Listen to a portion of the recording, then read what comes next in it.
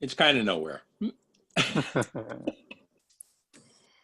And I suppose Where are you living, Ed? Near Bad Hersfeld, where Amazon has its big center. Ersfeld. Fulda and Kassel. Neben Kassel, okay. Okay, yeah. Kassel's an hour north and Fulda is a half an hour south. Okay. I'm also in the nowhere. In you're in the other Total no. But I like that. I like that. Well, I do too. I enjoy what I'm doing. Yeah. Where are you located? It's Haßfurt. It is between Nuremberg and Würzburg. Okay. In the middle. All right. Well, yeah, that's also nowhere. Yeah. Yeah. The nearest city of some that people know is Nuremberg, and it's about 100 kilometers from but it's nice because it's full of woods, nature. Yes. It's very entspannt. How do you say? Very, it's not so stressful. Right. There's a lot less stress. Yeah. No. I noted in a post to Johnny Davis this week, he lives in an apartment building in New York City that probably has more people living in it than live in the village where I am. So, yeah. That would not be a place for me. No, that's why I'm here, not there. Yeah, that's not my kind of thing. But I can speak also by my experience, because I'm born in a relatively big city, Milan in Italy, and then I worked also always in relatively big cities, and suddenly I found myself in the middle of nowhere, and so I could enjoy both perspectives, and I definitely prefer the one where I'm now. Yeah. I'm a big fan of quiet in that regard, and you can get quiet here. Yeah. Absolutely, yeah. And like I said, it's about an hour's drive up to Kassel, which isn't a huge city. It's well known, but I know. Yeah, I was in Kassel. It's nice. I like it. At least the center. I know the center. It's pretty central. They also have the documentas going on now, which I was kind of hoping to get up to. It's a big art expo every couple of years. Yeah, Kassel has a lot of. This is so maybe we can come to our topic. In the back door. I think I'm not running this show. I'm the invited guest. So. No. Okay. My apologies. I'll attempt to focus while I'm driving here. I don't know, Doug. Be another 5 or 10 minutes. It looks like there's got some snow here. I think we have 5 or 10 minutes that we can hope to get you to a safe haven. Because isn't Johnny coming? I think he said he was looking forward to this, and Marco is not going. Marco. I think Marco mentioned that he was busy. Okay. I don't know if that couple of weeks included this week or didn't include this week. Okay. It sounded like at one point he mentioned maybe Thursday he would be back in action, but until Thursday he's not going to be frequenting the site. Okay. I guess we can operate without Marco. I mean. I think he would rather we did. You get that impression sometimes too. Like, why don't you guys do something?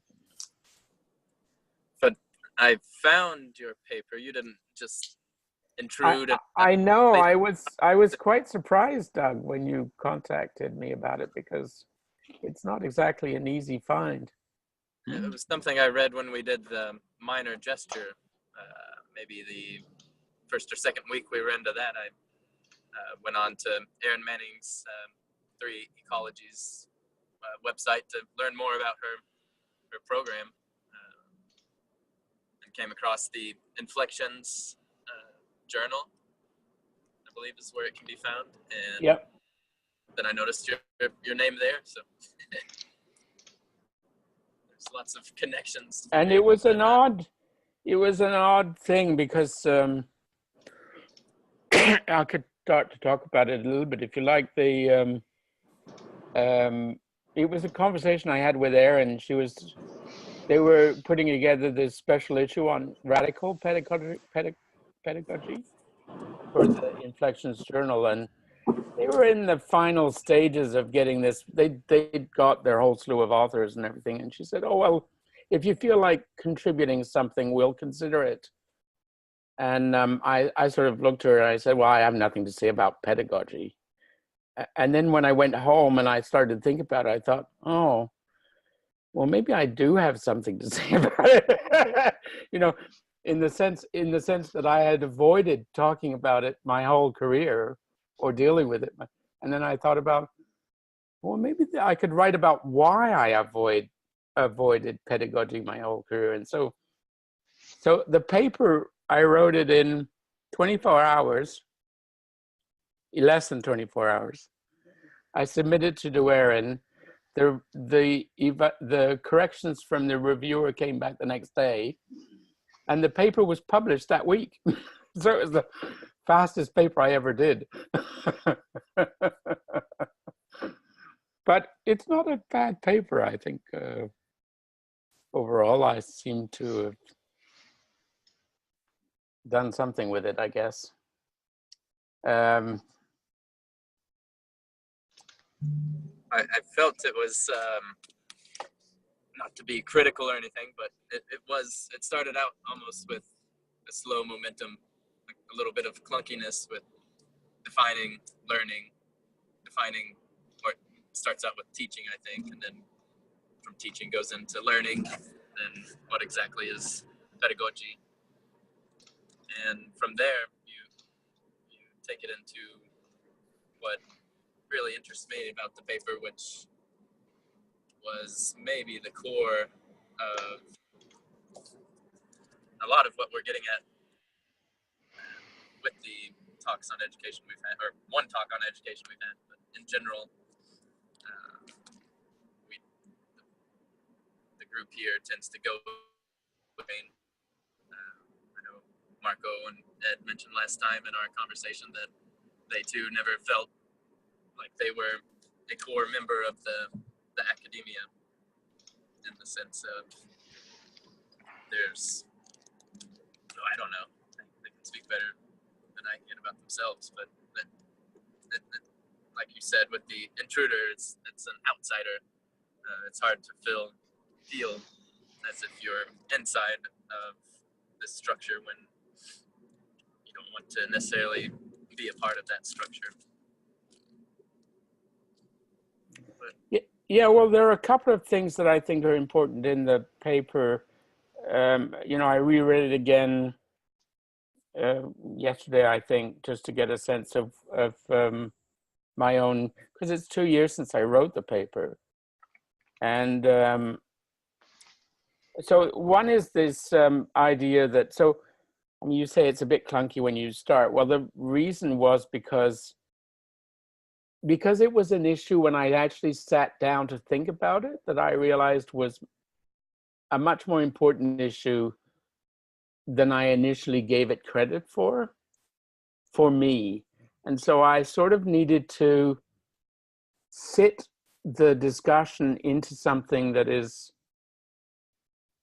you know, cut and dried in terms of definitions and things like that. So it's a very academic stance, actually. And as you say, it kicks into high gear after you get through that section. But the issues were that I have never liked the idea of teaching. I've never felt at home with the role of being a teacher. I don't learn personally through being told things. I learn by digging into them, you know, and I always felt that that's essentially what learning is about digging into things as opposed to being led through something, which is the way we typically deal with teaching. So that was one part of this. The second part of it was this work that I've been doing with my colleagues Cora and Pat, who were both present on the minor gesture discussion. And we were working with movement and the way that the way we understand how people move, children move in particular, and the relationship between movement and thought. And it became clear through reading and discussions and the work we were doing, this idea that is a modern idea that thought and movement are actually the same thing, or almost the same thing. They're in a spectrum of things that are related to each other very strongly. And so, and which is a very different idea of how we learn than the one we grew up with. I mean, we think of, you know, we're sort of told that we learn by sitting still and focusing and paying attention to what is being said. This idea that we learn through movement is very, very different. And so I wanted to talk a little bit about that in the paper. And I still think it is one of the main elements of the paper. So this idea, so that when I talk about full spectrum learning, I'm talking about learning that's grounded in movement as opposed to learning that's grounded in reflection or thinking and those kinds of things. And then the third part of the paper, of course, is the problem that all that, if you accept that, the argument, the problem it causes for evaluation, because of course, I work in a university where evaluation is the name of the game for the students, for the teachers, for the administration. It's all about evaluation. And I've never been comfortable with the way learning is evaluated in the universities or in school for that matter. And so I wanted to sort of think through what evaluation might look like if it wasn't, if it was understood differently. And so this reframing of learning as a provoking, or teaching as a provoking role, and the relationship between thought and movement leads us to a different place in terms of evaluation. So I don't have final answers. It's more questions. You know, I tend to be attracted more by questions than answers. And so this paper is really a set of questions more than it is a set of answers. So I don't know if that helps situate the work a little bit, or I'm open to discussion. I don't think I solved the problem about what is full spectrum learning. I don't think I fully understand what one would replace evaluation with if one didn't evaluate the way things are done. But I think the questions are really important and should be asked, and tend not to be asked outside of, even inside educational circles. I mean, everybody accepts the sort of standard teaching student model. Nobody questions it. Although not many people that I know question it. Jeffrey, can you shortly, I'm sorry because I didn't go through all the paper, just gave a look and have a very superficial understanding, but you have done almost a perfect summary now. What the piece I'm missing is, what is their subversive? What do you mean by subversive pedagogy in this frame of view? So the idea is that since we can't, it's based on this idea that we don't really show people, we don't really lead people to the learning. They have to do it themselves. So then the question becomes, what is the role for the teacher? And when you look at, quote, good teaching, it tends to be a provoker rather than I mean, you could think of it as a coach and a what's the word anyway? Ed, you should help me with that. Sorry. I'm not exactly sure. I know exactly the accompanier. Huh? Yeah, the accompanier. That's it. Right, right. It's a lot easier in German because you can form the words, but because we don't usually look at it. It's a companion. Yeah, as a companion kind of thing. But Yeah. And certainly there is this idea that there needs to be love needs to be involved in order to teach and learn. And so there's a kind of relationship between companionship and the emotional binding or connection between the two. But I still think that that's one thing, but I do think that this idea of provoking is in a way the nerf de la guerre, the heart of the job, rather than reassuring, which is kind of what the companion coach kind of role is. Because what a person is doing when they're learning is they're stepping outside their comfort zone. That's what learning is. If you stay inside your comfort zone, you don't learn anything. So you have to step outside of it. And of course, getting people to step outside their comfort zones isn't easy.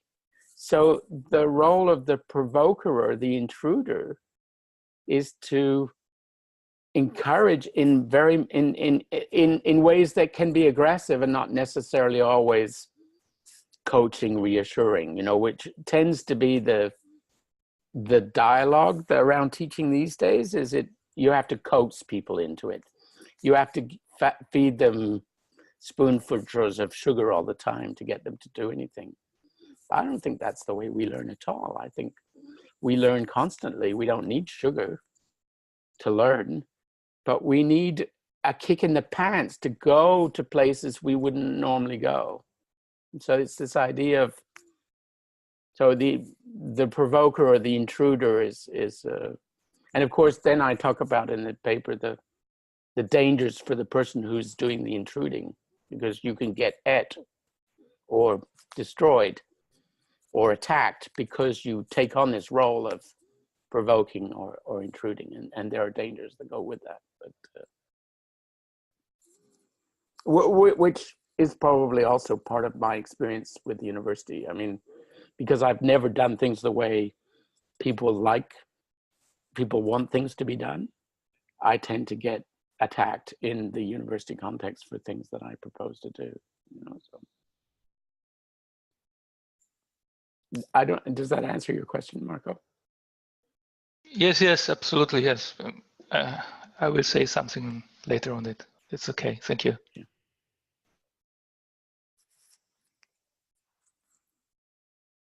Doug, does that cover your sort of understanding of have I missed stuff for you?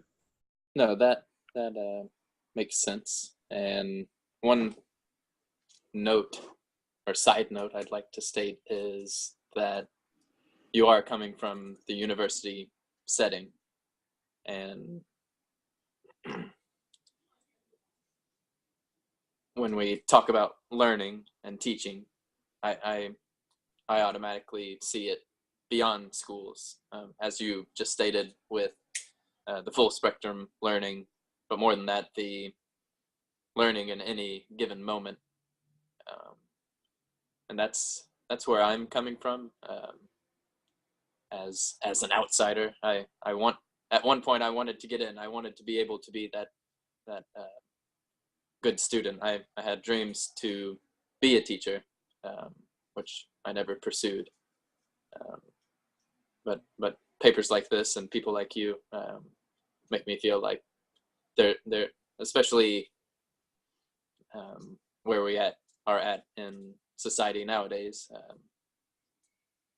Perhaps always, it seems that there are more complexities as to how to go about certain things. But we also see many papers, many books coming out about the coddled mind, the pampered children, not just in the university, but perhaps a generation did have a little bit too much of ensuring that only the academic side of grading papers, reviews, and all that was met. It's almost the customer is always right mentality. So the student is always right. I feel the teachers, from what I've gathered, I have a few elementary school teachers, my cousins, and quite a few other people that have no idea where to go with where they're at within the educational environment, because the grouping of students, there's no cohesion. At least that's what they're stating. Perhaps they're burnout here in the U.S. Yeah, I think you covered the paper there quite well. But I definitely agree that it applies well beyond the university context. It's just that when Aaron first asked the question, that's the area that I've struggled with most of my professional career. But clearly it is a broader issue than the academic context, the university context, or the academic context in general. So one thing I liked, I've taught at a number of different levels, or I've been a teacher, let's put it that. I don't know if I ever taught anybody anything, but I've been in institutionalized formal learning situations like schools. On occasion, and what I found in your paper that was good is like, well, here's an example of such a setting, and these are the constraints that are involved in that. It's a great starting point for thinking about, well, when I was teaching in middle school, when I was a teacher, well, what was it like there? Because I'm giving constraints, and they're slightly different, but the fundamental principles that are involved are the same. You know, what am I actually doing, and what are they supposed to be? What are those other folks in here that are in the room at the same time supposed to be doing? Because as you pointed out earlier, Jeffrey, well, we always learn. You know, my basic premise is human beings cannot not learn. That's what we do. We do it day in, day out. Everything that we are involved in is in one way, shape, or form some kind of a learning situation. That's how we develop and grow and come to terms with the world around us. But we also have this societal aspect that says, well, at a certain age, we all have to, this is what Doug mentioned, we all herd them into some room somewhere, and then there are a whole other set of expectations that layer over that. And then how do we deal with those, and what should we do? And it's very difficult, I think, to sometimes divorce the situation from what the situation is actually intended to be doing. And that's where a lot of teachers do encounter difficulty. I've never understood, for example, what they call grades. You know, like there's first graders and second graders and third graders. I never really quite grasped that. You know, like, well, why do we break it down that way? Why do we break it down that when you're 5, you're here, when you're 6, you're here, when you're 7, you're there, and so on until when you're 18, you're there? Well, yeah, but no, because it doesn't always work that way. And it leads to situations, I taught at a private school, we had a lot of people who, in Germany, it was expected that you would park at least once on your way to your university qualifying exams or until you decided to leave school to go do a vocation. That was just a given for most people. And it was the exception that somebody didn't repeat a year somewhere. Well, that throws that whole, when you're this old, you do this, and when you're that old, you do that, out the window to begin with. But the teachers are all often their teacher training programs where they're being told, well, you know, 14-year-olds think like this, or 15-year-olds tend to have these mental capabilities or whatnot. And you realize very quickly that's not true at all. You know, it doesn't function that way. And so, and trying to open up a closed system is an extremely difficult thing to do. So the only thing that you can do is subvert the system. That was the other side of your paper. You have to find a way to kind of get around all of those obstacles and still get something done that is meaningful to you and the people that you're involved with. And that's why this idea of an intruder or subversive, it's not a radical notion, it's a necessary one. Because you have to do it in spite. I always think that people learn in spite of school, not because of school. You know, and for the most part, at least that's the way I was. You know, I only ever imagined that I would end up in a classroom somewhere. That's what I spent the least of my life doing, because I had to work in other jobs. But that was just kind of a given for me when I was growing up. I wasn't the good, well, I was a good enough student to get by and keep people off my back, but I wasn't the, how do you say it? The well-disciplined, orderly, conforming student. I wasn't the guy in the first row that always had his hand up when the teacher asked a question. I was usually the guy in the back row that had a comment when somebody had an answer. No, but these are all of those, you know, this is a really complexly multi-layered issue that we're talking about: teaching, learning, formal, informal. And so it's sometimes very helpful to try and sort those out, or at least focus on, well, I'm talking about this aspect right now. But essentially, when you're in that institutionalized situation, I think the essentiality is you have to find some way to get around all of the obstacles that are put in your way. And there are tons of them. Assessment is probably the biggest, but it's not the only one. And of course, we all came through that. We all learned through the educational system, which makes it particularly hard to untangle it, because all of those things became automatically part of our current worldview. And so everybody thinks that schooling is about grade 1 and grade 2 and grade 3. And, you know, whether first year, second year, third year, it's still the same idea. And so it's very hard to untangle. You know, why is it necessary to assume that everybody has to be the same age to learn together? I mean, obviously there are things like Montessori schools that mix that up a bit, and very successfully. But it's not, but the mixing up is not part of the main idea, right? So. Yeah, I like very much your idea that we have to change this role of the teacher, of this idea that there is someone up there looks down to you and tells you what you have to learn, how you have to learn it, when you have to learn it, especially what. And while perhaps, I remember that when I was at school, in university, also later, I also always, the things that I really learned were those things that I learned by myself, as an autodidact, so to speak. The things I have been, that have been pressed into my head by a teacher or a professor. Well, yes, you learn them because you know that you have to do your examination, and I don't know if this is really learning, but let's call it that way.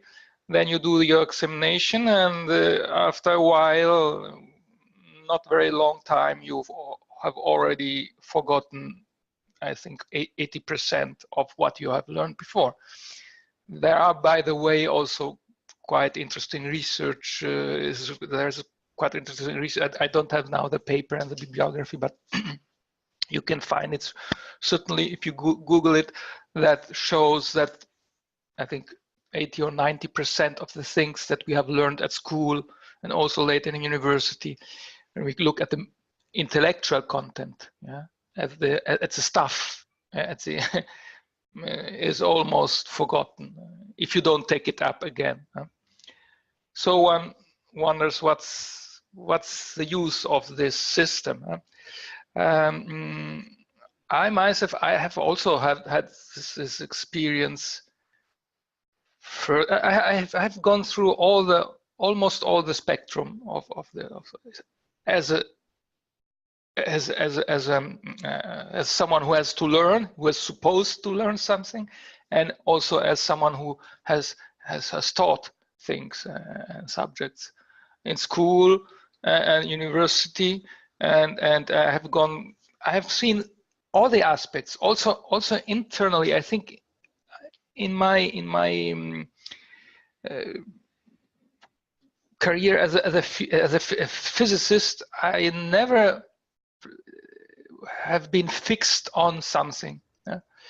I began with astrophysics as you, but then I changed to solid state physics, and then I changed again to photonics when I made my PhD. I saw a lot of things, so I could see the things from very different perspectives. And I think that when I look back and I see the things as a whole, I completely agree that this idea that we learn by a teaching system where someone teaches you is wrong, simply wrong. It doesn't work really. The fact that is that we never saw something else, and therefore we don't have a comparison against which we can compare a different system. So we still believe in that single system since centuries. But what I have, so to speak, discovered, it's nothing new, that you already said that. Well, I don't want to take into Sri Aurobindo every time, but just as an it doesn't happen. It's an idea that comes to me now. I don't find another anecdote with which I can begin, but there's the first principle of education for Sri Aurobindo is that nothing can be taught. The first time that I read this, I said, I don't understand this. It sounds as rubbish. Nothing can be taught. Why nothing can be taught? I don't understand this. What does it mean by that? Until I became a teacher, school teacher in a school, and where I realized what he meant by that. Yeah, it's true. Nothing can be taught really, because if you look, and this is something that most teachers, school teachers, I think also professors, are not willing to admit, that in reality those students or children or whoever that are good in their academic career or in the school are not normally those who are particularly pay attention to the teacher. They are the good students are normally those who take up for themselves the learning process, and they make it perhaps unconsciously, not they don't rationalize this, but unconsciously they take this up and say, okay, now I begin to learn, and I learn things by myself. And maybe they even don't listen what I'm saying at the blackboard. And this happened to me, that I was there at the blackboard, I tried to explain, blah, blah, blah, blah, blah, blah. And I see one there who is doing something completely different, something else. Said, okay, probably he's reading something else that has nothing to do with what we are doing now in the lesson. I looked, and no, indeed, he was doing math. He was solving his own math problems. He was doing his own exercises. This is a bit frustrating at first as a teacher, because you say, okay, I'm not, evidently I'm not teaching well things, and I can't explain them, and I'm not a good teacher. But after time, I found that that's not real. Well, some told me also that I can explain quite well things, but it was not that. The good ones, I mean the good ones who were proficient in math or physics, were just those who decided more or less unconsciously to practice by themselves and to learn things as autodidacts. So the question is, where's the role of the teacher? But also also not, because you're saying something else important. You're saying that people learn, like people have grasshopper minds. They don't have focused beams the way that we're taught to learn. Yes. They jump from one subject to another and they do several things simultaneously. That's how we learn. Yeah, And so exactly. actually listening to somebody talk and doing something else is a far better way to learn than just trying to do the same thing as what the person, you know, so. Yes, but the problem is that we have all been brainwashed in this sense. Exactly. We have been brainwashed since childhood that we cannot learn the different things at once. We must do it linearly. We don't work like a parallel computer. And this has gone so deeply in the mind. Many teachers repeat this always. They say, we learn this, and that, and this at this time. And when you try as a teacher to subvert, just taking your vocabulary now, to subvert the order of things, there is immediately a reaction which is not natural, but comes from the conditioning, or from the social conditioning, that it is not possible. And since many students believe that it is not possible, it becomes impossible, because they suggest themselves that they can't do it. And therefore, you find yourself also as a teacher in a complicated situation where you're trying to tell them, okay, take up this grasshopper philosophy, but they say, no, that cannot be. I become confused. Have you ever tried? But everyone knows that that doesn't work. Okay, so you see, we are in a mindset which makes it very difficult to get away from these conditionings and from these preconcepts. And I think, to conclude this thing, I think that the main role of the teacher, I don't call it teach, call them teacher. I call them learning mentors. Is someone who helps you in the learning process, but it's not someone who gives you information, but helps you in acquiring by yourself this information or the skills, or in the learning process. Not someone who teaches, but someone who is a helper, a mentor. That's a good teacher, I think. And I agree. I think there is need for mentors, but I also think there's need for the provokers as well, which is a somewhat different role. It's hard to mentor and provoke at the same time. Why no? Why? Well, this is against serial thinking. Why can you not do it parallelly? Well, you can, but it's an emotionally different. Yeah. You know, so you have to do. You know, okay, I'm going to provoke you to do this, but I really do think you can do this. I really care for you. I'm not doing this because I'm trying to push you off the deep end, but you should go this way. You know, so it's this sort of kind of paradoxical thing. Yes, but what I do in this yeah, sorry. Yeah, it's possible, but it's a bit tricky to manage, and a lot of people will be confused by it, right? Yes, but this confusion again arises because we have been drilled to think and to learn in a certain way. And when you find someone else who proposes a different way, this internal skepticism arises, whereby, but I think what I do normally is that okay, it's not only a mentor, but it is also someone who proposes. I propose and help and propose. Also adjust down to earth content. Yeah? For example, I take out what I made as a teacher. I had a list of topics that all students could choose. And so there is some freedom. And at the end, I said, your own topic. So there's a maximum of freedom.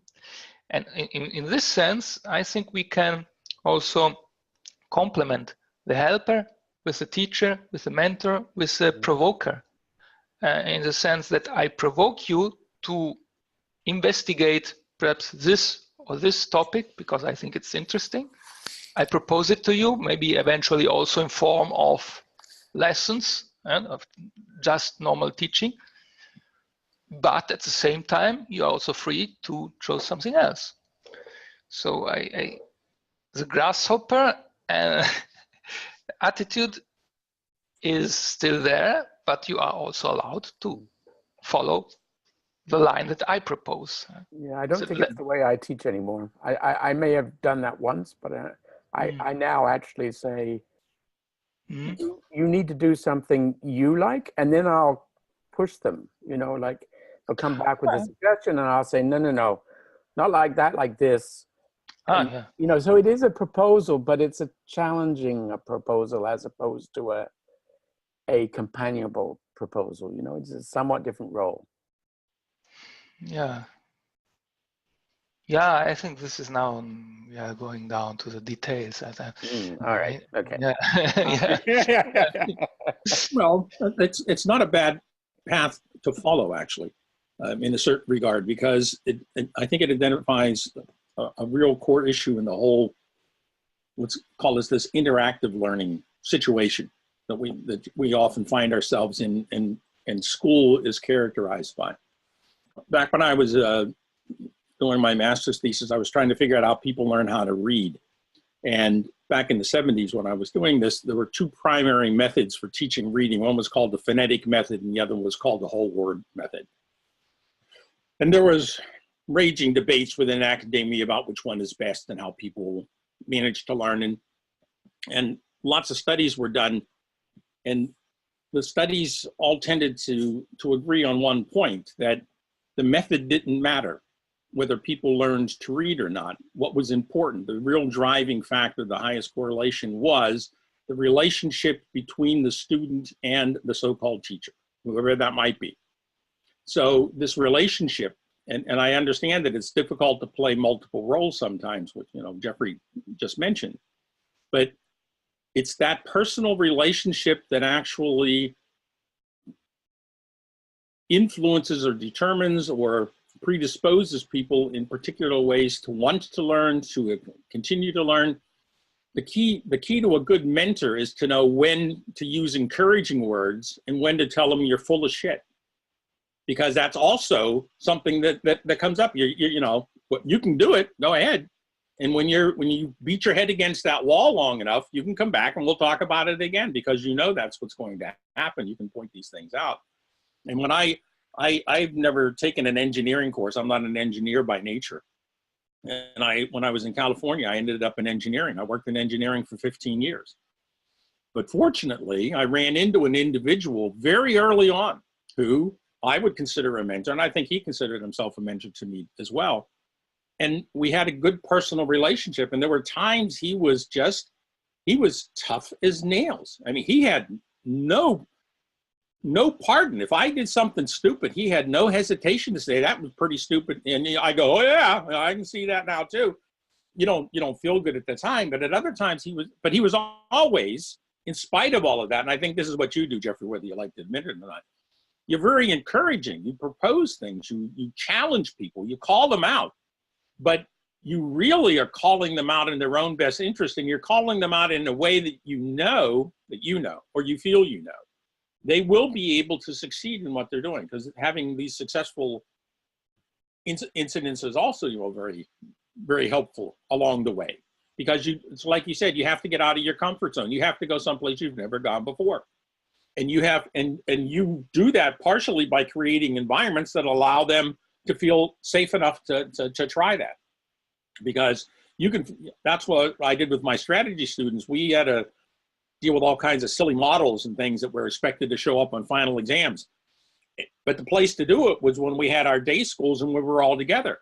You know, here's your real chance to try these all out. And you can get it so wrong it's unrecognizable and nothing's going to happen to you.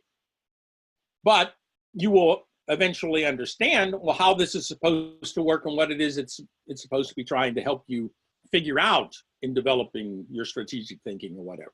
So later, when it came to the evaluation, the assessment moment, they were more comfortable to be able to deal with these things, and were sometimes able to apply them in creative ways, because you also created the environment, as well as telling them you have to get off your butt and move out here, or nothing's going to happen with you. So it's tricky, but it's in the persons themselves. That's, it's the social interaction in the learning situation, which is why I'm such a big opponent of large classrooms, for example. Even if you are going to put people in rooms, don't put that many people in there.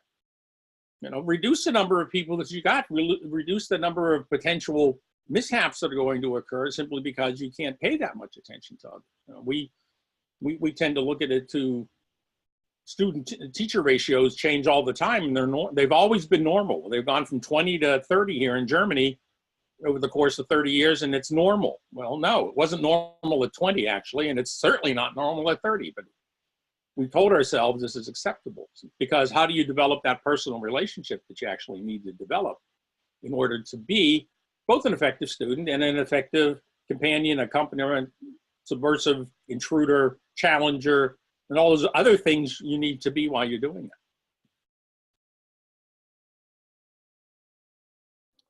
But of course, part of that is that we have a system that tries to be efficient, right? So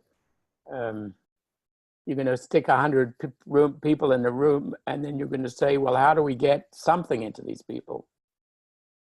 And then how do you assess it? So you've shot yourself in the foot from the beginning, but that's okay. Everybody accepts that particular bullet through the foot is acceptable, and it becomes the norm. We all kind of limp in the same way,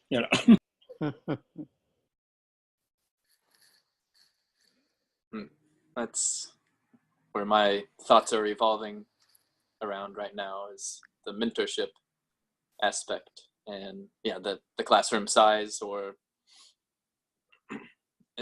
a one-on-one is ideal in a lot of ways, although 3 or 4 children or young adults and one mentor can be very useful for group dynamics, or even a 2-on-1 with one student. But where are the opportunities within the framework there?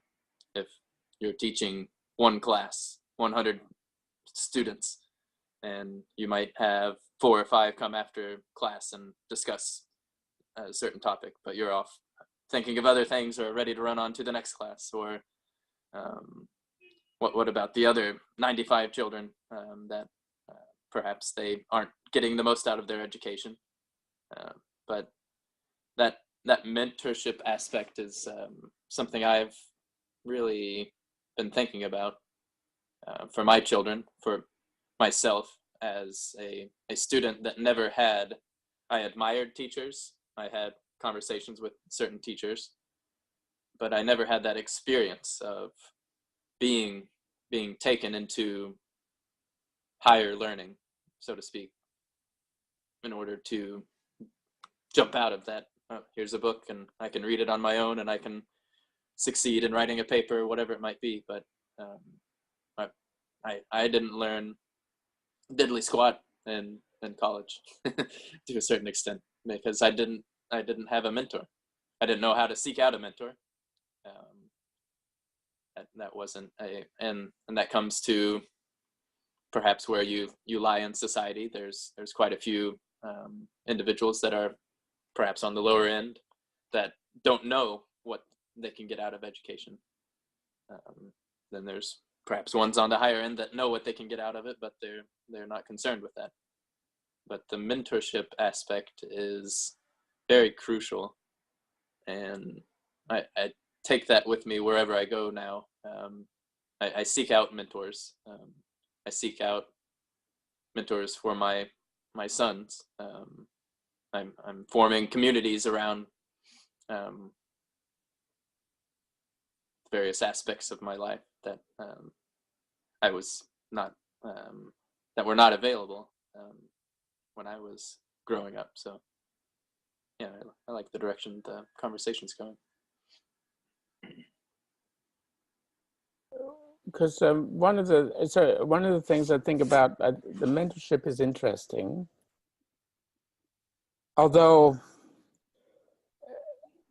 I have a number of relationships with students which are in principle mentorship relationships, but in fact the student that the thing never takes. The student doesn't like me or doesn't accept the direction, or so it works sometimes, but it doesn't work always. I think my definition of mentor is pretty broad, but I didn't clarify that right there. But it can be anyone in any generation that can, and maybe that doesn't make any sense at all, but I think we could. I mean, we're talking about how we can change the culture. To have this idea of students looking for mentors, or identifying the mentor role as something interesting and pursuing it, would be a cultural change that would be an improvement over current situation where it's everybody for themselves kind of thing. But I also am thinking about the teaching role, because or the teaching, not the role, but so one of the things about teaching is it's very demanding physically and emotionally and immensely for the person who's doing the job.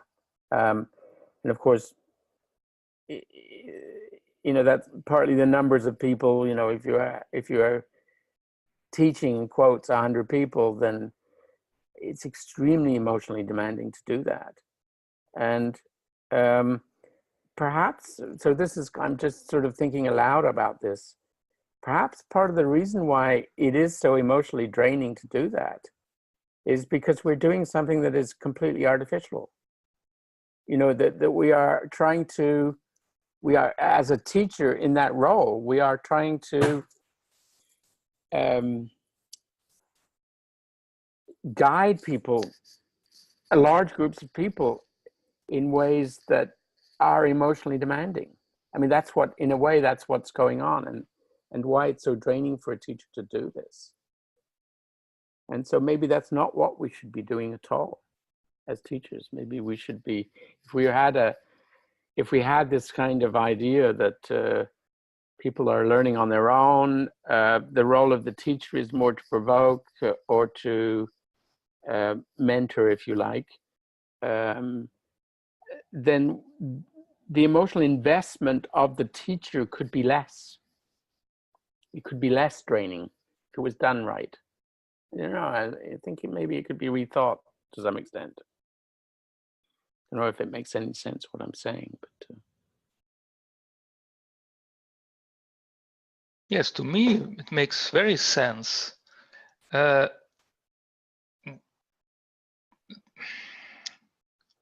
can I put it? I think one of the problems is not only how to teach, and not only how to learn, but also to understand, to have a new understanding and concept of what learning is, what learning means. Because more or less in the background, we always have this understanding of learning, of just learn something and repeat it to someone who is an expert, and he will tell you if it's right or wrong. So it's a sort of reproductive learning, which in some subjects is also important. You can't learn physics or math without learning some basics, and there is a structure, and you will not go far if you don't learn some basics. That's it. But I think learning is not about that.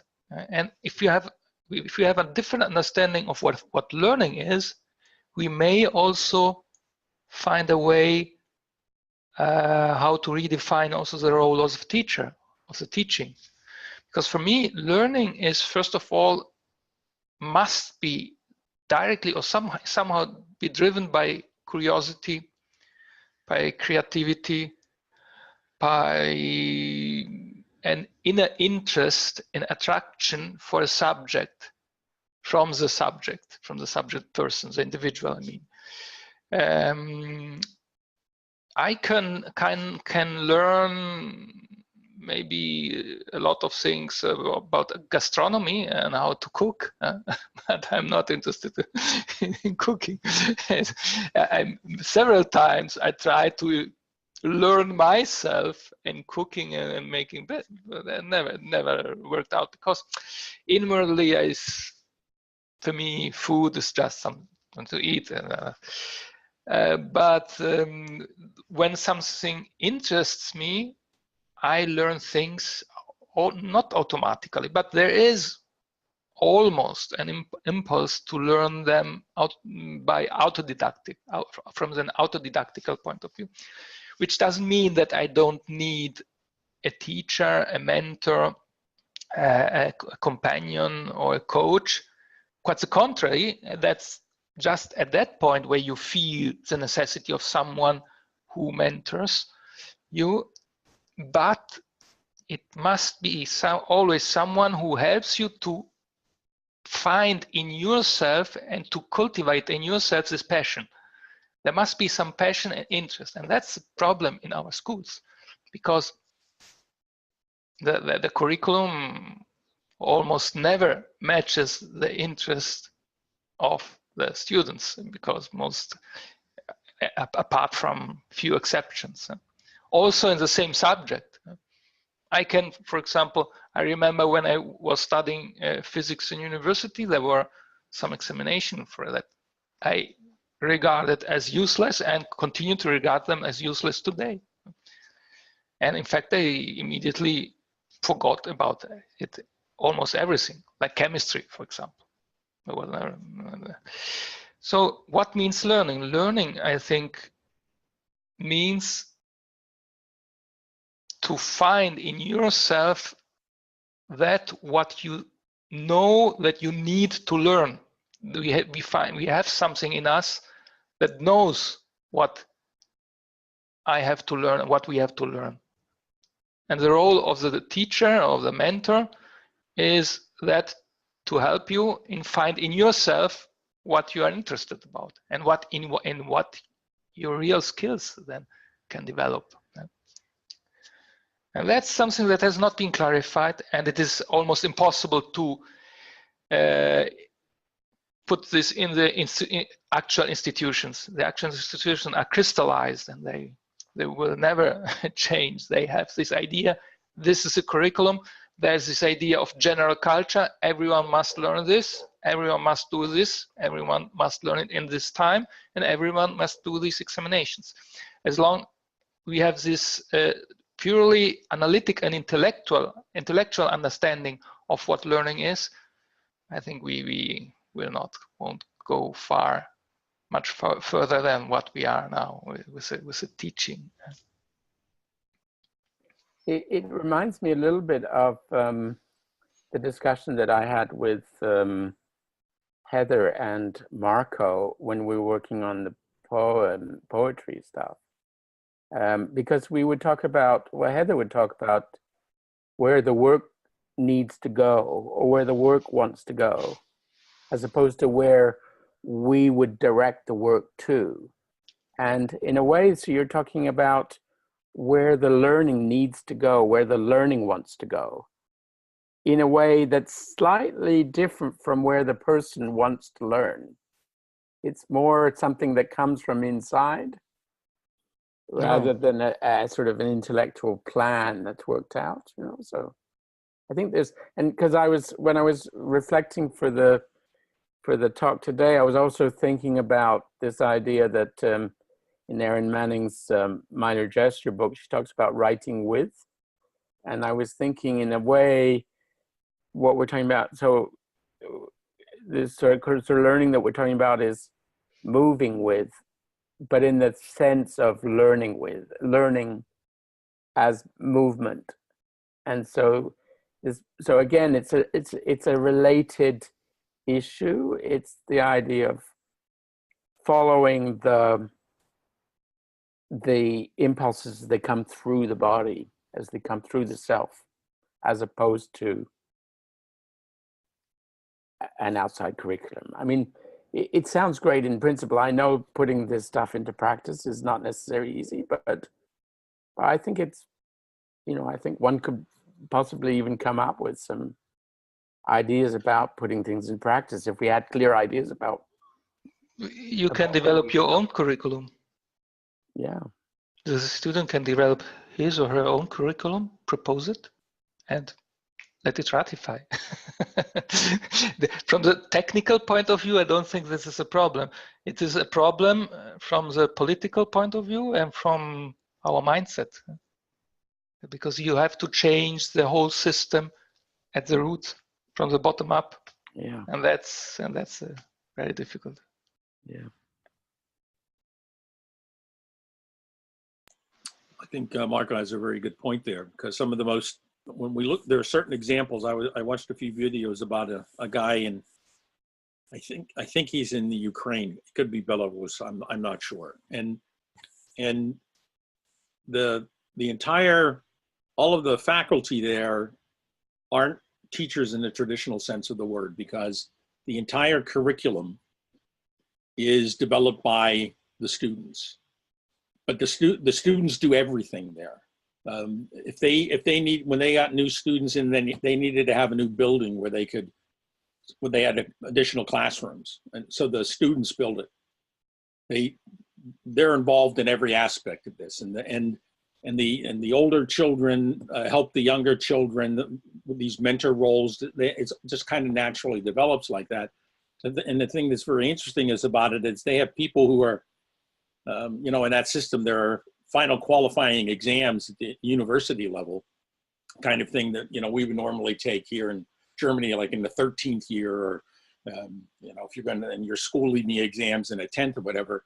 And they have kids over there that are accomplishing that in their 7th year. And then they're moving on to other things because, okay, well, I got that box ticked.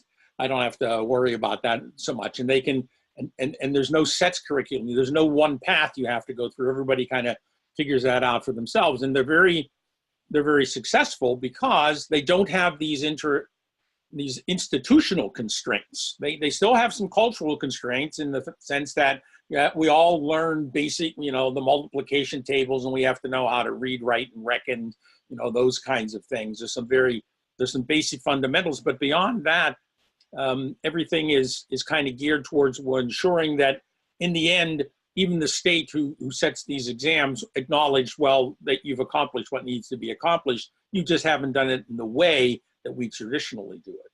So you can have these individual instances where things come out very effective and they're usable, but like you say, Marco, you can't generalize them, because to do that within the normal everyday classroom situation, you can forget it. I taught at a boarding school for 8 years, and when I went to the States, and I ended up in engineering, like I said, but I had thought at one point about getting back into teaching, and I realized after my experience there and what I had done and what I was able to do, I was never, ever, ever going to cut it in a normal public school in the United States. It was just we weren't going to, day one was going to be a disaster, because I wasn't going to be playing the game the way I should, and there would be too much, there's just too much that comes in there, because those constraints are too massive, like you say. And so one needs to get out of that. In the United States, it's possible to homeschool your children. And there are ways that you can get that sanctioned and ratified, because you can take, set exams that they have, most of which are standardized and most of which are simply information. Like you said, it will spit it back out and it looks like what I thought you were supposed to take in. And it has actually nothing to do with what the child or the individual himself is capable of doing, wants to do, could do, or whatever. It's another way of ticking another box to say that we've accomplished that. In other places, like here in Germany, homeschooling is still forbidden. So you don't have that option. Well, you're forced into that option because of whatever, if you get a bad public school where your children are at, then the parents or somebody has to pick up the slack somewhere else, or you end up with a lot of social problems that you otherwise wouldn't want to have. So, you know, and there the intruder and the subversive pedagogy comes up because you're actually working against what's happening somewhere else. You know, if I'm trying to get I had that in the States. I've always encouraged my children to be critical, and I've always encouraged them to be critical of me. Well, when they went to school, they took that with them, and then they were critical of their teachers. I used to get phone calls all the time about my children who were asking uncomfortable questions, and I'm going, well, what's so uncomfortable about that? They ask me those kinds of things all the time, you know, and I'm glad that they do.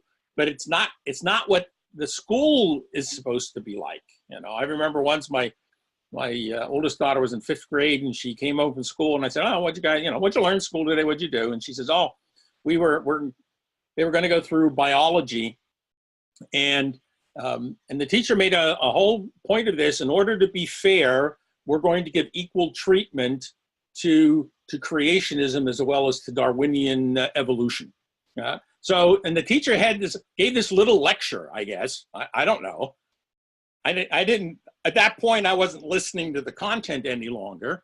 And I said, well, tomorrow when you go back, why don't you ask your teacher if she thinks it's fair that she gave it 10 minutes in a talk and you're going to spend the rest of the semester on the other. It's not about whether they're good, bad, or indifferent. It's just about the notion of fairness that she brought up. Well, my daughter being the programmed robot that she is, went back the next day and asked the teacher. And the teacher, she said, when she came out, she goes, "Oh, Mrs. Jones," I'll, pick a name here. Miss Jones said, "Yeah, it's really not fair, but that's what she has to do." And I said, well, that's something. She admitted, I did this because I have to. It's not because I wanted to. I didn't think this is the way we should. And so she openly admitted it to the children. And I think those are good things when you can do that. And then they went off and did whatever they did for the rest of the curriculum. There's this massive pressure from a system that is just enormous. And I agree with you, Mark. I don't know how you get around that if you can't get out of it. That's a real challenge. And then if you're stuck in it, and this goes back to, Doug's and his family who are there.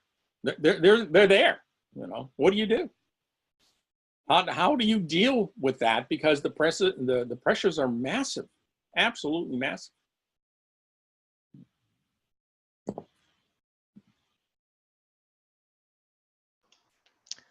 Yeah, and then I would also add that there is also another problem besides the massive, this massive pressure of the system, is that the system creates habits. Hi, Katina. Hello, how are you? Hi, fine, thank you. This system creates also habits in who is teaching and habits in who is learning. The habits in the teachers that are, they all their life have taught in a way, have made the frontal teaching on the blackboard, have taught things according some structure, and then it is, and then you become also an expert in this. and then someone comes and says, no, let's do it completely different. And you don't know. It's not so easy. It's much more difficult than I imagine, because you come into an automatic way of thinking and doing. So to get away from these habits is the first problem, and the same fits also for the children and for the students. They from the kindergarten up, they learn that learning is this. The teacher's there. You have to absorb a certain quantity of stuff. You have to memorize it to develop some skill, and you have to reproduce it. That's learning, period. After 10 years, where you have learned things, you have learned the learning, so to speak, in this way, and then someone comes there and tells you, let's change this. It doesn't work, because we are so programmed in doing and thinking and believing things, and we have also a belief system, that then it's really hard. And that's why I think it's important, really extremely important, to, if we want to build a new system of learning and of teaching, new schooling, or whatever you would like to call it, it is important that we begin very early, because otherwise later it's too late, I think. I mean, we can each of us put in our own practices in our own teaching situations, but then it's just one person in one situation.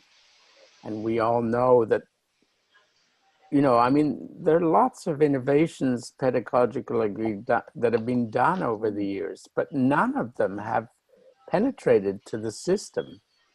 You know, there's a huge number, I think, of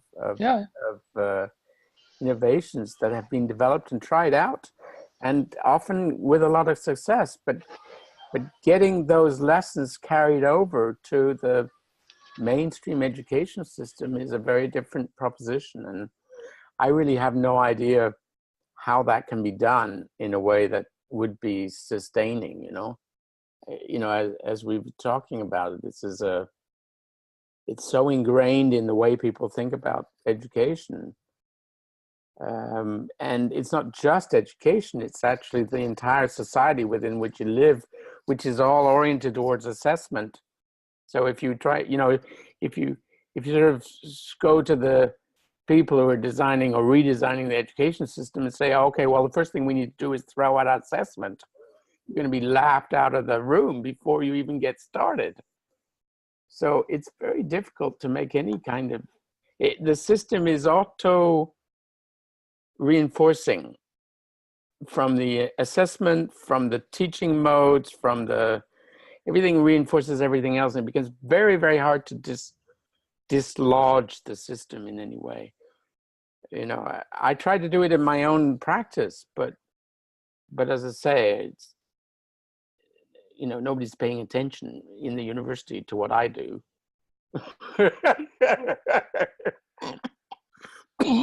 Which is good for you, Jeffrey. Yeah, which is good for me. You're right.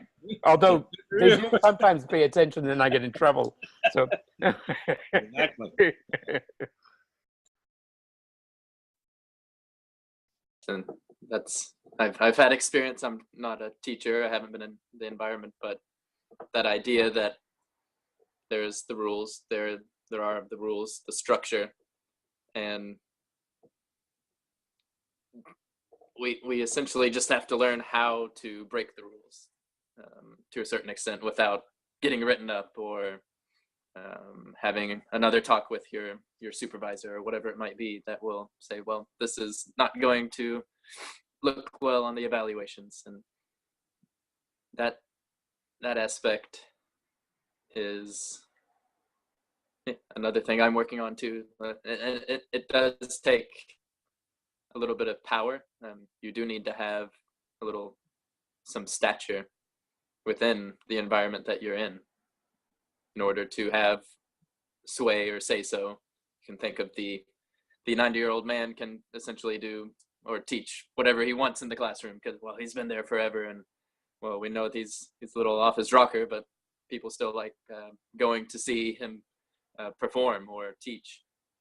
But that if you're just starting out, you must obey the rules, just like a student must obey the rules, or you will be evaluated out.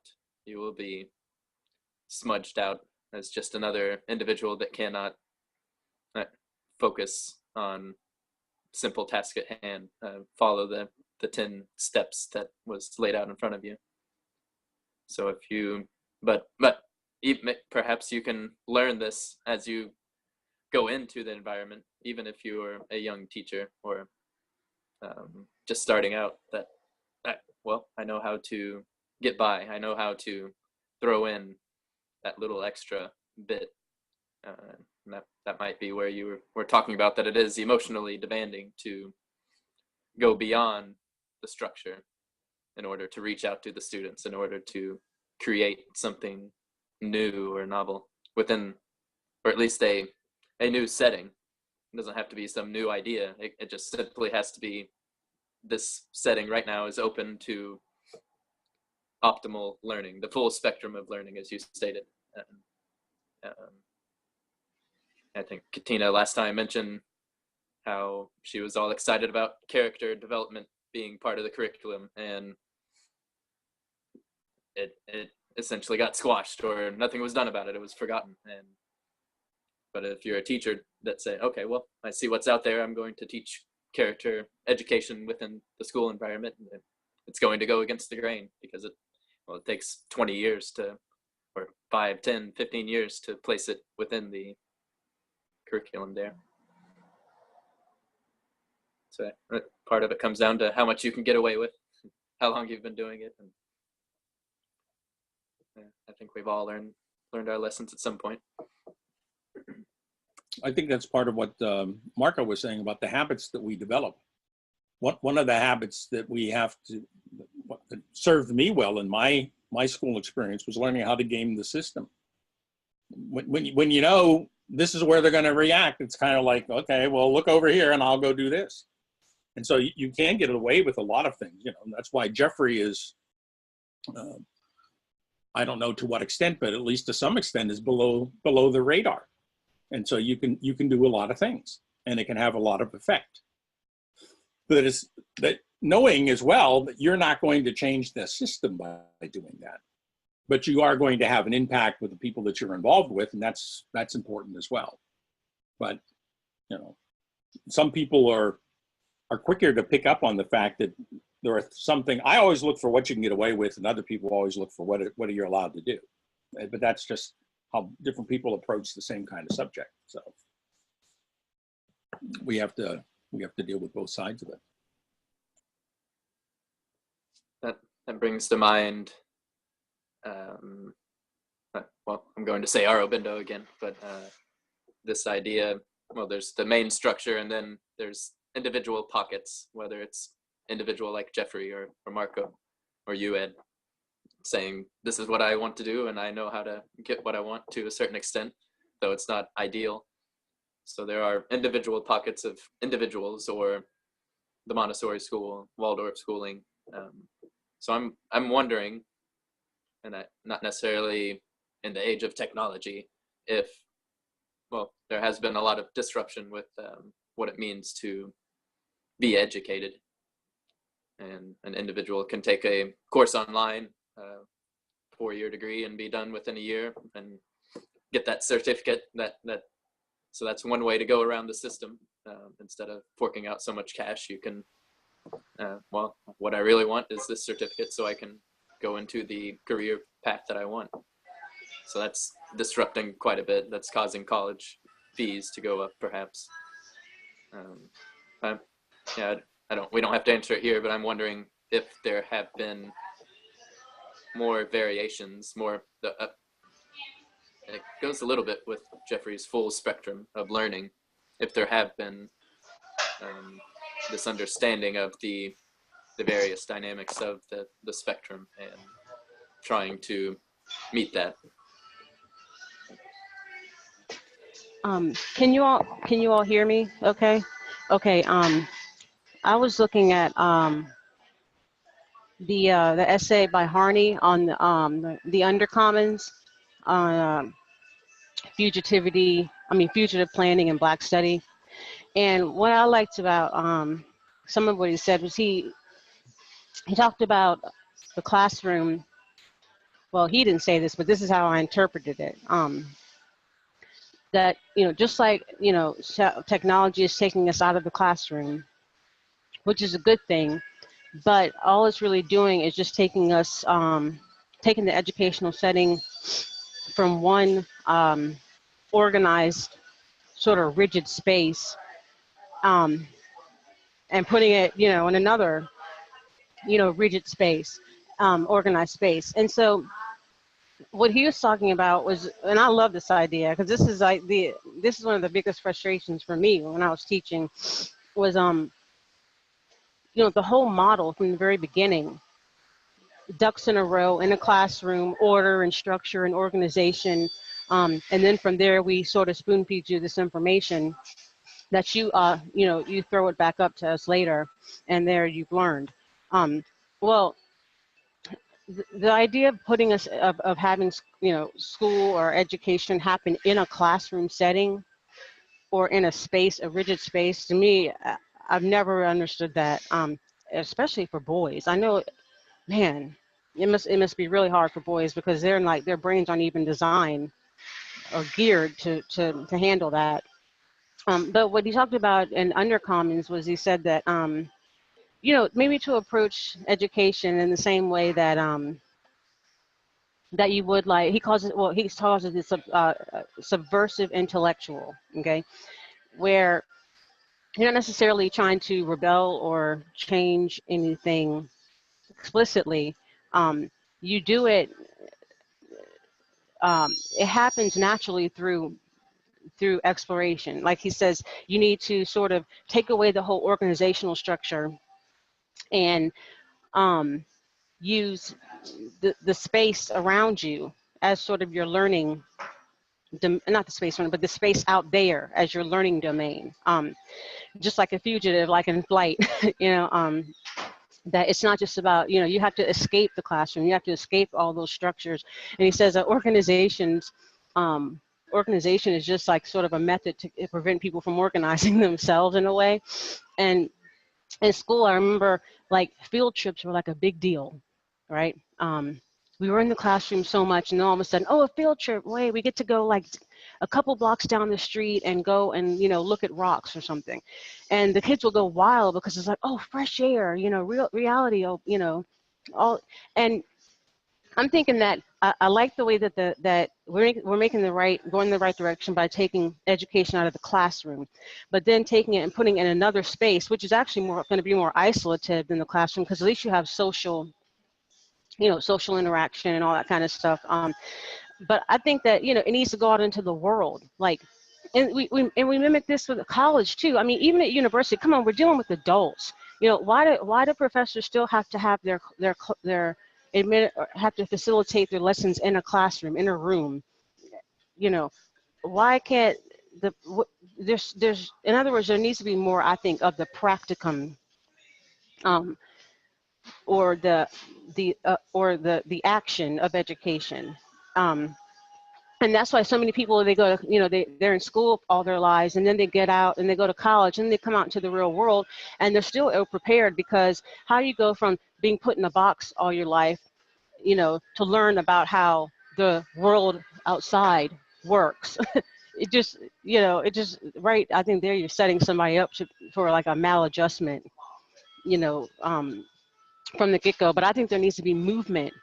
You know, we're moving out of the classroom, so, but not from the classroom to, you know, a kid's little office, home office, you know, plugged in front of a laptop, but from the classroom out into the environments and like platforms that you're actually teaching about, you know, and not just museums and stuff, but like the real places. I mean, I think the classroom should be something of rare occurrence, or maybe you just go back to reflect or recite, but you know, I don't know. I just think that I really liked that whoever submitted that essay about the Undercommons, I thought that it had, and the idea of the subversive intellectual model for education, I think that's great. I wish that could be applied to sort of changing the way that education is delivered now. So that's all I wanted to say.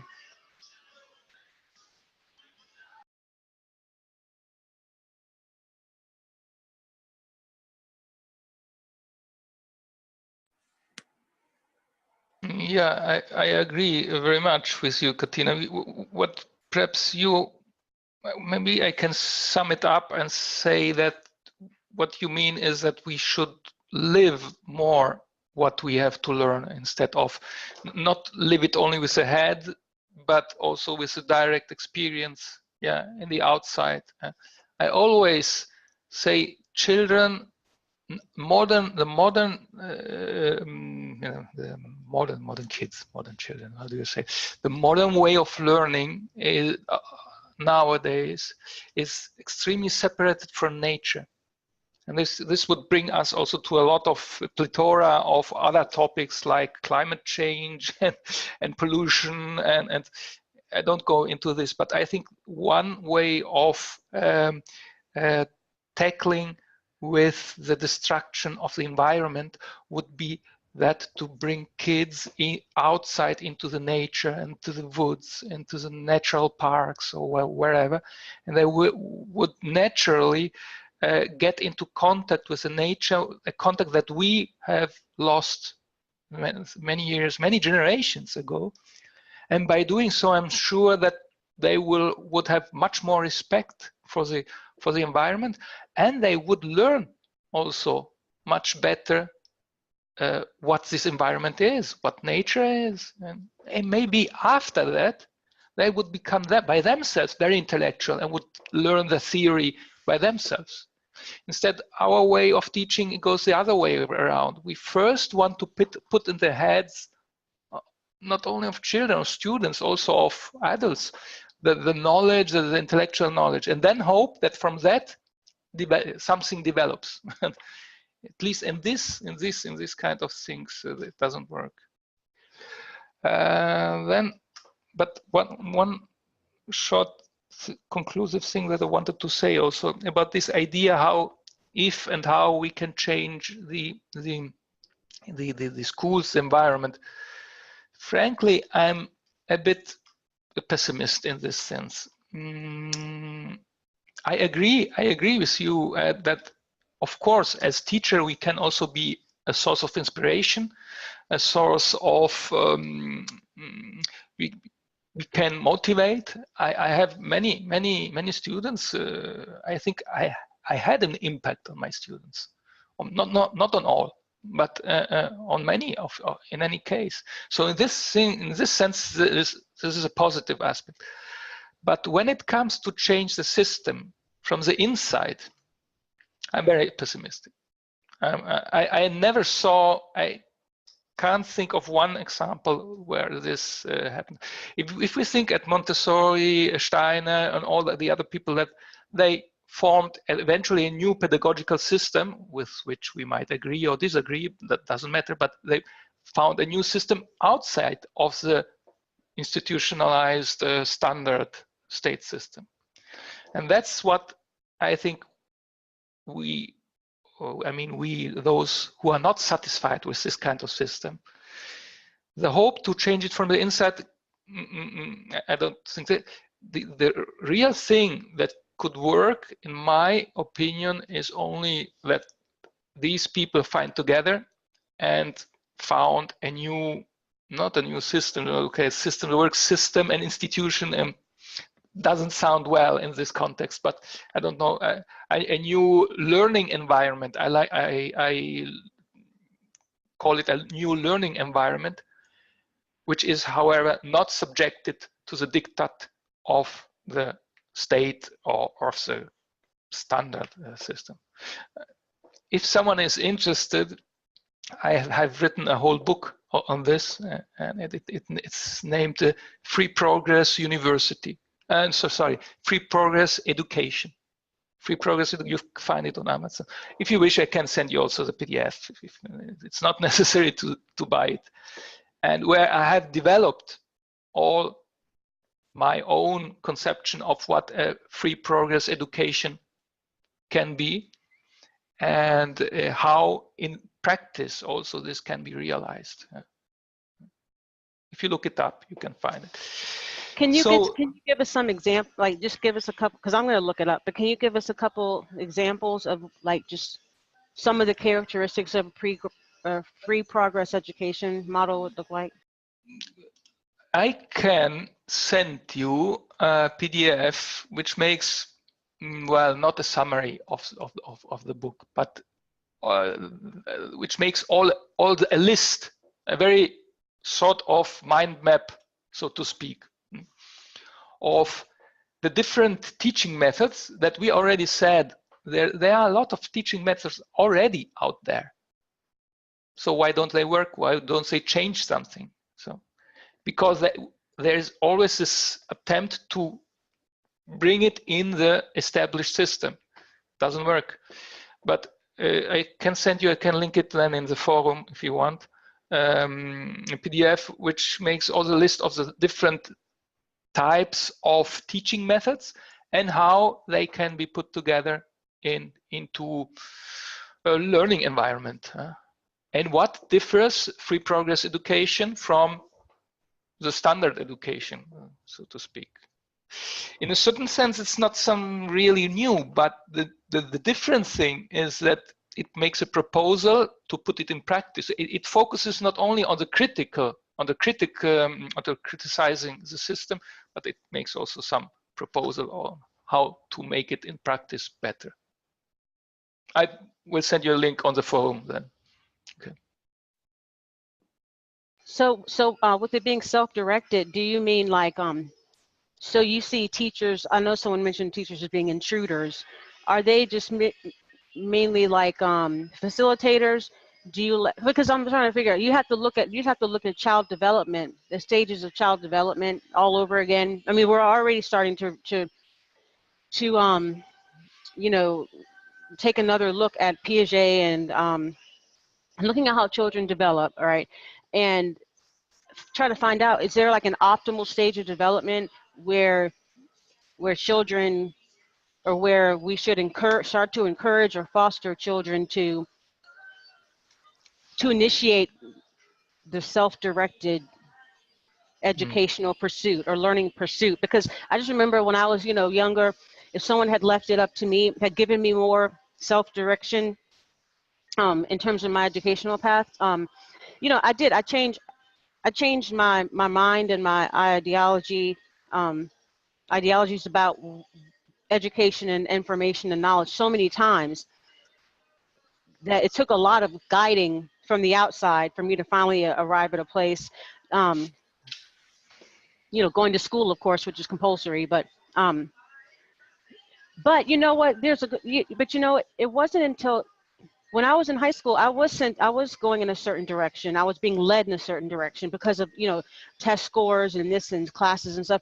But it wasn't until, but there's no way the direction I was being guided into, that there's no way that would have ended me up in studying, you know, and pursuing philosophy degree, because it wasn't until I came across the book and as a junior in high school I read that had such an amazing impact on me that I completely changed my mind about everything and decided, you know what, when I get out of this gig, this high school thing, I'm gonna pursue the exam in life. You know, I'm gonna study philosophy, forget all the other stuff that people expected.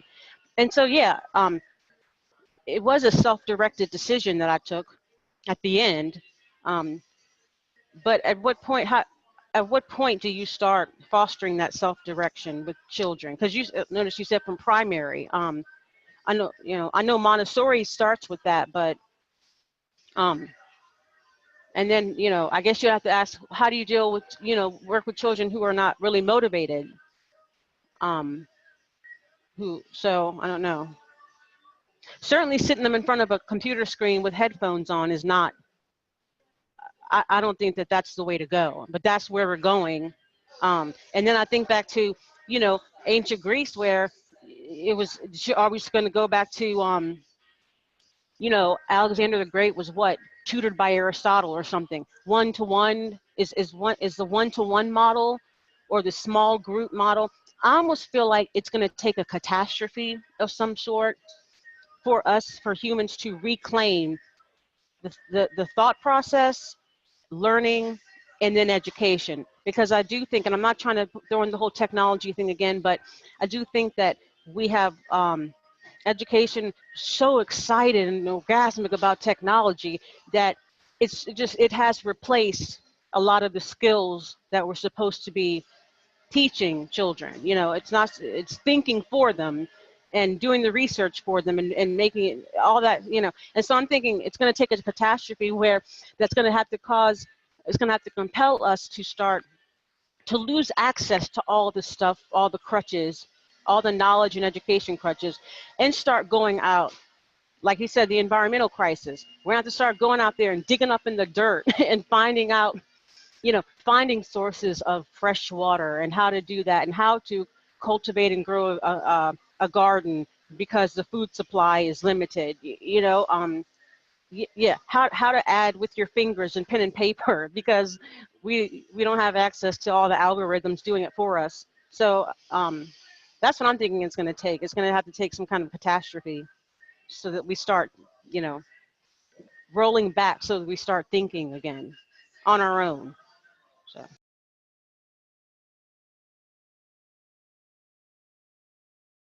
I'm kind of pessimistic about changing the system too. Although I'm an optimist by nature. So I'm always looking for the, I guess when I wrote the paper, I had some idea that if we could figure it out, how the pieces come together to make this self-reinforcing system in a clear enough way, maybe you could come up with an alternative way to do things, even though I know it's been tried, you know, and done over and over again. And as you say, Marco, most of the people who've tried to change the system ended up making a parallel system rather than replace the one we've got, because it's so hard to change it. So I do get the pessimism.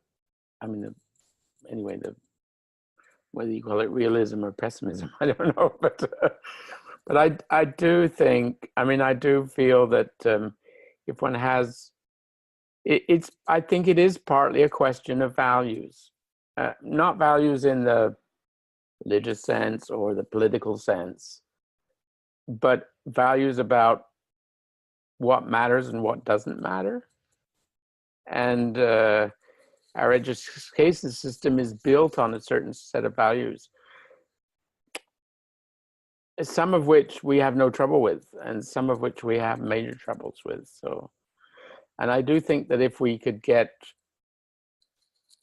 some focus on values, we might get some change out of the system, or some dreaming in a communal sense that can eventually have some impact. But maybe I'm dreaming in color, and this is not the way to do things.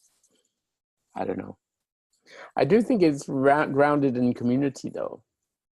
I think it is partly a question of the communities that we live in have let go of something that they shouldn't let go of, and given up the power over the educational system to the sort of huge industrial whatever complex that we live in, socio-industrial complex, because that's what, you know, ultimately drives the educational system the way we got it. It is because it feeds jobs, and jobs feed the industry, and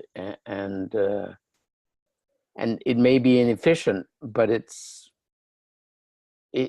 kind of works, and so it's very hard to get people to change it, because if, you know, and so I know I'm not presenting a clear image of how to change it, but it is something that I think that if we work on it, we might be able to get some clarity about how to move forward.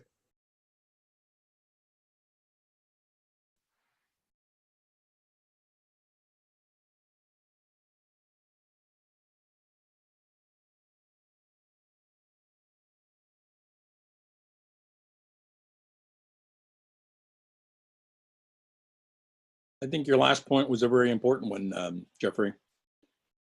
We've already witnessed, as you pointed out, one change in value as far as education is concerned. There was a time when we all considered it in the common, it was a common good that people were educated.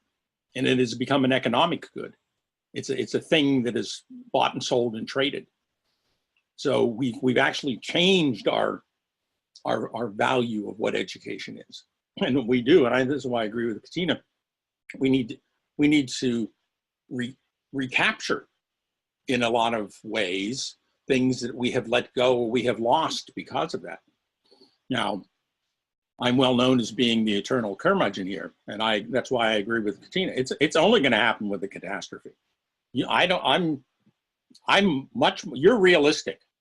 I'm pessimistic when it comes to these kinds of things, because my experience has shown me that I've never been in a system that was changed from within. I've been in systems that have been bumped around and they kind of modify a little bit, but the behemoth, the Leviathan, always comes back and is there.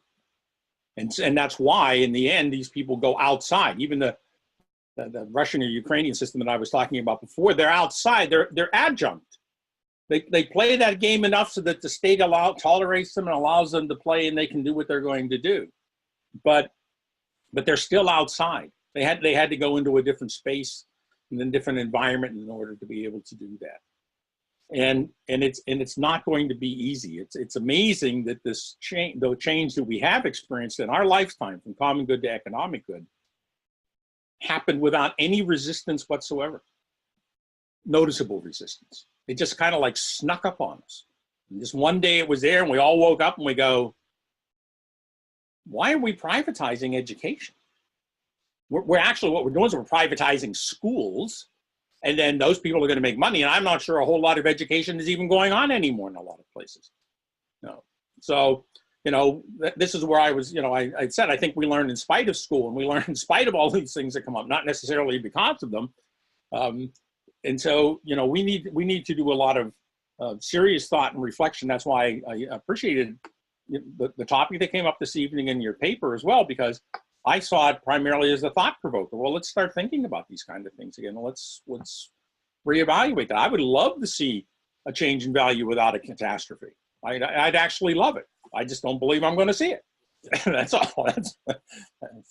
So, but that's what I think we're actually confronted with now. It's a very fundamental, basic human issue that's at stake here. Yeah, I don't so much mind the catastrophe,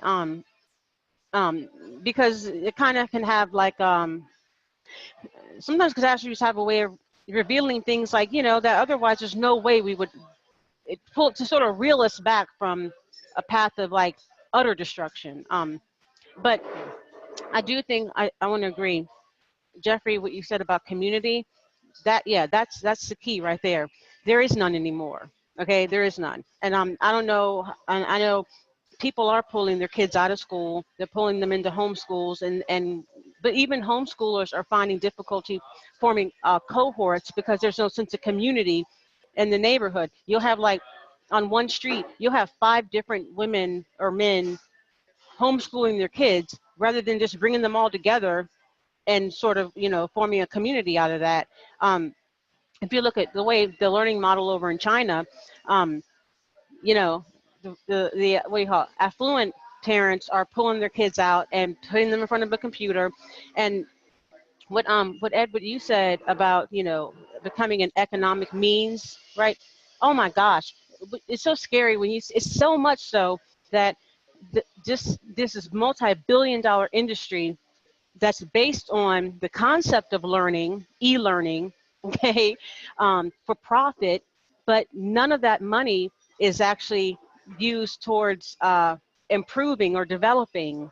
It's just for, like, like through LinkedIn, I'm always getting sent all these different experimental platforms, Course Creator, Blackboard. Now we have Blackboard, Consulate. Now we have Blackboard this, and it's like, create your own self-paced courses and link it up to PayPal and blah, blah, blah. It's just, even the way they market to educators and instructors is just like, hey, use your skills, put it into some type of marketable, like, box commodity, of course, and people can come on and click and pay and they're learning from you. It's just like, what are you talking about? No relationship needed whatsoever between the student and the instructor. Just put your content out there, with people can put their credit card number in and you got them. I don't think that's just, but there's like billions of dollars being invested into startups and companies. There's like a race out there. As soon as I let LinkedIn know that I was, or made them aware that I was an online virtual educator, I just got inundated with, market yourself here, do this, do that. And I'm like, whoa, I don't want to do any of that. I almost wanted to run back into the classroom. But it has become that. And I don't know what but then again, what are people learning? Because it's not just people just putting, and honestly, and when you asked about this is what I think the new school has become for children. They're not listening to teachers anymore and, whatever.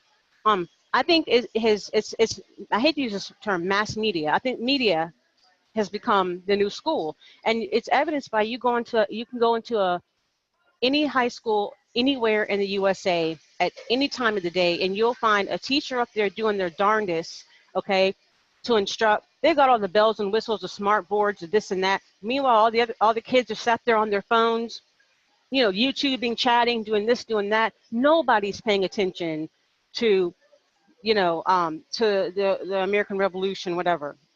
They're all doing they all have got their own, I hate to say this, use your term, Marco, their own self-directed curriculum going right there on their little phone, doing it their way. And the curriculum is rooted in socializing. They want to, and remember in the classroom when you always got in trouble for talking, I wonder how, but you always got in trouble for socializing. You're not supposed to talk to your neighbor. You're not you're talking again. So then you pass notes. And then, well, now kids are still doing that, but with their phones. So maybe, like you said, Jeffrey, that is the thing. That's one of the reasons why kids got in trouble so much for talking in class, is because at the end of the day, I think what attracts children to the learning environment is community. The opportunity to have to socially immerse themselves, with their peers and with others. So that needs to stay. But then we just have to find a way to use that to, like you said, bring community back and not let it get hijacked by the mass media, which it has, because that's become the new community for children. But yet, what's is that it further isolates them. It's not real-time community. So, yeah.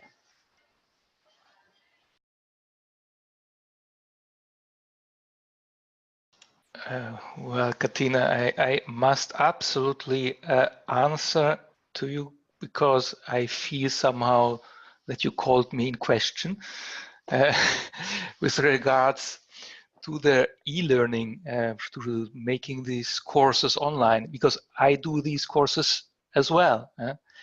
And I agree completely with you. It's exactly as you described it.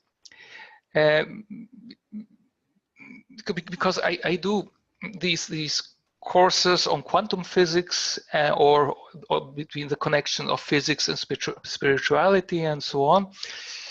And at the end of the story, I feel that I have given a lot, and I received by myself a lot, but there is no real connection between me and who is listening. Of course, they send you a lot of emails, they make a lot of questions. Most are satisfied and tell you that they enjoyed the course. Some others not, but well, I think that's normal. And I'm also teaching in a sort of university, so-called, it's an online university, where I proposed also to, at least if a physical and real life contact is not possible, because I'm here, the others are in California or spread out through United States mainly. And so a direct contact is not possible. But I said, okay, let's organize at least such kind of meetings where we can also discuss, where there is a direct, well, semi-direct contact between the so-called professor or teacher and his students. I know it was immediately rejected, and it was even downgraded. It was even downgraded to a forum, where you have a written contact by a forum. It's okay. I also enjoy writing with a forum, but when there is a spoken direct contact with the students, it's a little bit better. But having said that, so I completely agree with your critics to this, but I discovered also the other side of the matter, that nowadays we need also to reevaluate not only what the students, how the students have to learn, but also revalue the role of the teacher, the freedom of the teacher. Not only the freedom of the student or the pupils, but also the freedom of the teacher.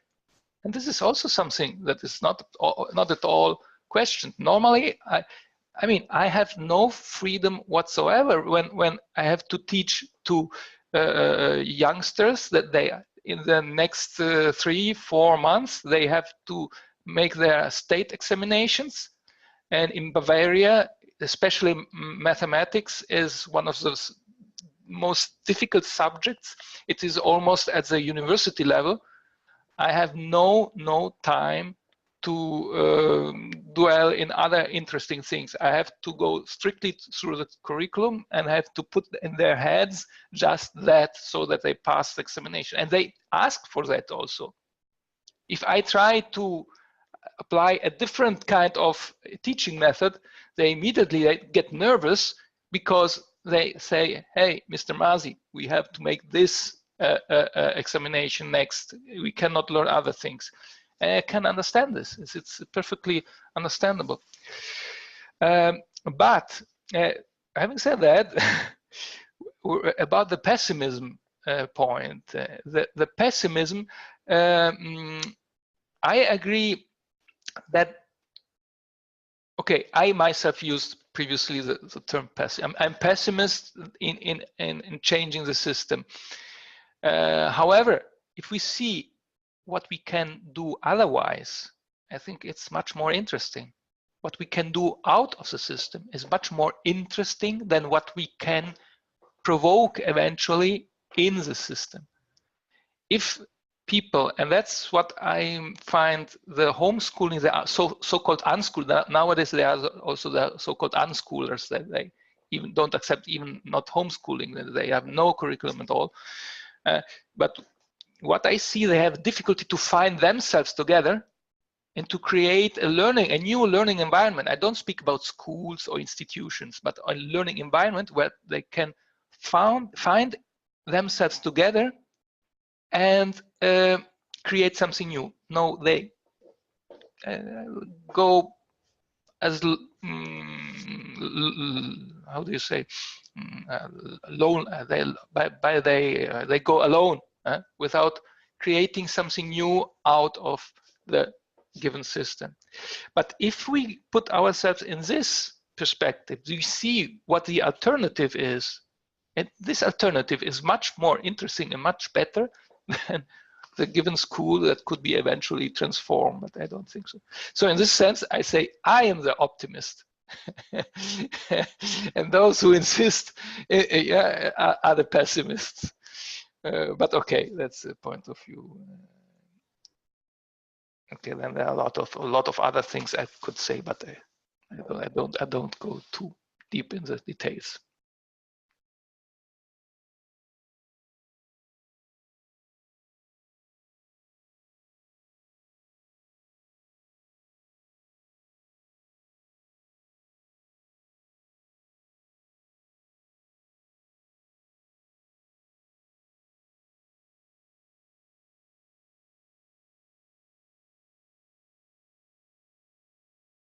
I have to return to work, but I'm definitely going to view this later. So thank you for letting me listen in. I really appreciate it. And I looked up your, Jeffrey, I'm going to read your essay, your paper, like a third of the way through it. And Marco, I'm also looking at, you can send me the PDF, but I'm going to go ahead and find it anyway. So yeah, put it up on the forum, Marco. It'd be interesting. That'll be great. Thanks for, yeah. for being Thank present, Katina. Thank you. It's always Thanks. interesting. Okay, I will do so.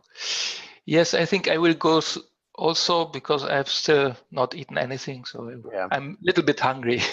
I also need to get going. So Yeah. we did do a pretty good go around of the question, though. Although I don't think we came up to any final conclusions. But I think conclusions are always necessary because Yeah. we've certainly got a lot of food for thought. We've got a lot of interesting exchanges that went back and forth here, and so I got a lot out of this evening in our little discussion here, and it was a nice 2 hours. So yeah, I did too. So Yeah. okay. Okay. Good appetit and enjoy the rest of your. Yeah. It was very, very interesting. Always Thank a you. pleasure, Marco. Yeah, thank you. Also for me, Jeffrey, and We have so many interests that cross each other. yeah. Maybe we will cross each other really. Yeah, in real life at some point. Yeah. I come sometimes to Kassel. I will tell you if we will come to We can Kassel. meet up. Okay. Yeah, there is also the famous Waldorf school, the Steiner school. It's the biggest of Germany. Yeah. After that is Stuttgart. Yeah. Okay. Okay. Bye bye. Bye bye. Bye. See We'll see you you. later. Take care, all.